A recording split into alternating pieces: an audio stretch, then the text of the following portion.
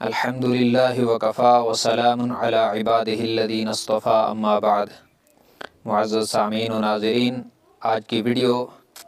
انتہائی ہمدردی کے ساتھ آپ کی خدمت میں پیش کی جا رہی ہے۔ آج کی ویڈیو میں ایک ایسا خاص مجرب اور آسان وظیفہ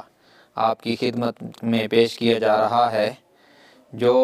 مسلمان مردوں اور عورتوں، لڑکوں اور لڑکیوں کا جو اس وقت رشتوں کے نہ آنے کا یا بات بنتے بنتے ٹوٹ جانے کا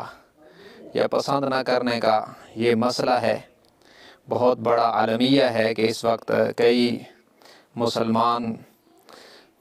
بچیوں کے جو جذبات ہیں وہ کافی مدتوں سے سسک رہے ہیں اور ان کا مسئلہ حل نہیں ہو رہا۔ لڑکوں کو بھی اس قسم کے مسائل ہیں کہ بات بنتے بنتے رہ جاتی ہے اور کبھی رشتہ پسند کوئی نہیں کرتا۔ یہ بہت سے مسائل ہیں جو اس وقت بہت سے خاندانوں میں بہت عالمیہ کی شکل اختیار کیے ہوئے ہیں، تو ہم نے سوچا کہ ایک ایسا آسان وظیفہ آپ کی خدمت میں پیش کریں جس کو پڑھنے سے اللہ تبارک و تعالی مسلمان لڑکوں اور لڑکیوں کے یہ مسائل حل فرمائیں گے۔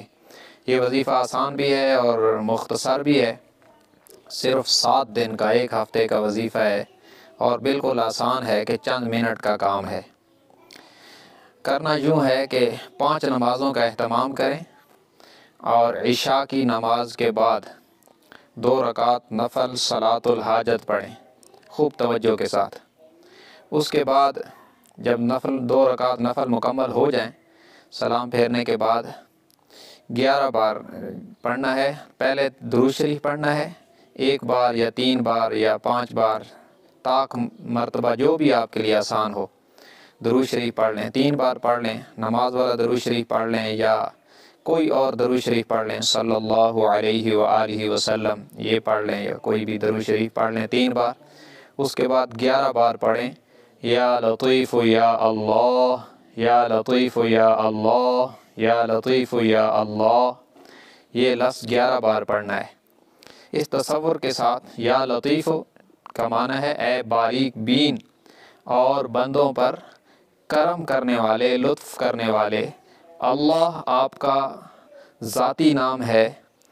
اور رحمتوں اور برکتوں کا مجموعہ ہے، تو اس تصور کے ساتھ آپ پڑھیں کہ ہم اللہ کے ذاتی نام کو